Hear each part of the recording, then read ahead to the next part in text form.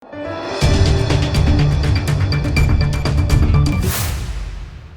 આપ જોઈ રહ્યા છો ઇન્ડિયન પોલીસ પ્રેસ. હવે જોઈએ અગત્યના સમાચાર. આણંદની સંદેશ કન્યા શાળામાં ₹1.12 કરોડના ખર્ચે તૈયાર થયેલ 8 નવા વર્ગખંડોનું કરાયું લોકાર્પણ. આણંદ જિલ્લાના શિક્ષણ માળખાને વધુ સુદૃઢ બનાવતા એક મહત્વના પગલા રૂપે સંદેશર કન્યા શાળા ખાતે ₹1 કરોડના 12 લાખના ખર્ચે તૈયાર કરવામાં આવેલા 8 નવા વર્ગખંડોનું વિધિવત લોકાર્પણ કરવામાં આવ્યું હતું. આ વિકાસ કાર્ય સમગ્ર શિક્ષા અભિયાન અંતર્ગત સંપન્ન થયું છે, જેનો મુખ્ય હેતુ વિદ્યાર્થીનીઓને ગુણવત્તાયુક્ત શિક્ષણ માટે પૂરતી ભૌતિક સુવિધાઓ પૂરી પાડવાનો છે. આ લોકાર્પણ સમારોહમાં જિલ્લા પંચાયતના પ્રમુખ શ્રી હસમુખભાઈ પટેલ, આણંદના ધારાસભ્ય શ્રી યોગેશભાઈ પટેલ અને જિલ્લા શિક્ષણ સમિતિના ચેરમેન શ્રી સુનિલભાઈ સોલંકી મુખ્ય મહેમાન તરીકે ઉપસ્થિત રહ્યા હતા. મહાનુભાવો દ્વારા રિબન કાપીને વિદ્યાર્થીઓ માટે આધુનિક સુવિધાઓથી સજ્જ વર્ગખંડોને ખુલ્લા મૂકવામાં આવ્યા હતા. આ પ્રસંગે તમામ મહાનુભાવોએ શિક્ષણના મહત્વ પર ભાર મૂક્યો હતો અને આ સુવિધાઓનો યોગ્ય ઉપયોગ કરવા વિદ્યાર્થીઓને પ્રોત્સાહિત કરી હતી. શાળા વ્યવસ્થાપન સમિતિના સદસ્યો, ગામના સરપંચ સહિત મોટી સંખ્યામાં ગ્રામજનો, શિક્ષકો, અગ્રણીઓ અને વિદ્યાર્થીનીઓ આ શુભ અવસરે ઉપસ્થિત રહ્યા હતા.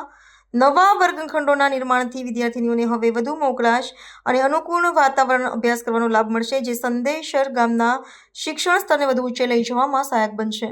સમગ્ર શિક્ષા અભિયાન અંતર્ગત ગુજરાત સરકાર શ્રી દ્વારા જિલ્લામાં લગભગ 1187 નવીન વર્ગખંડોનું બાંધકામ અને રિનોવેશનનું કામ થઈ રહ્યું હોય ત્યારે એના અનુસંધાને આજરોજ પ્રીતમ ગુરુના ગામ એવા સંદેશર ગામે 8 નવનિર્મિત વર્ગખંડો કન્યા શાળાના અને સાથે અદ્યતન દીકરીઓ માટેની ટોયલેટ, પાણીની પરબ અને બધી જ તમામ કમ્પ્યુટર લેબ સહિતની ફેસિલિટીવાળું 1 કરોડ ને 12 લાખના ખર્ચે આ નવનિર્મિત મકાનનું આજે લોકાર્પણ કરવામાં આવ્યું છે.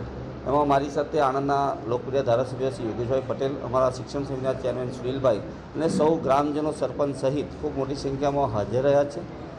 સૌ દીકરીઓને ભૌતિક સુવિધા સારી મળે અને બાળક સારું ભણી શકે અને કોમ્પિટિટિવ એક્ઝામ CET છે, MMS છે, જ્ઞાન સાધના છે કે જવાહર નવોદય જેવી પરીક્ષાઓ એ બાળક સારા વાતાવરણમાં ભણી અને સારી રીતે આપી શકે અને એમાં મેરિટ આવે અને આગળનો અભ્યાસ પણ એનો ખૂબ સારો થાય એને માટેનો સરકારનો ખૂબ પ્રયત્ન છે.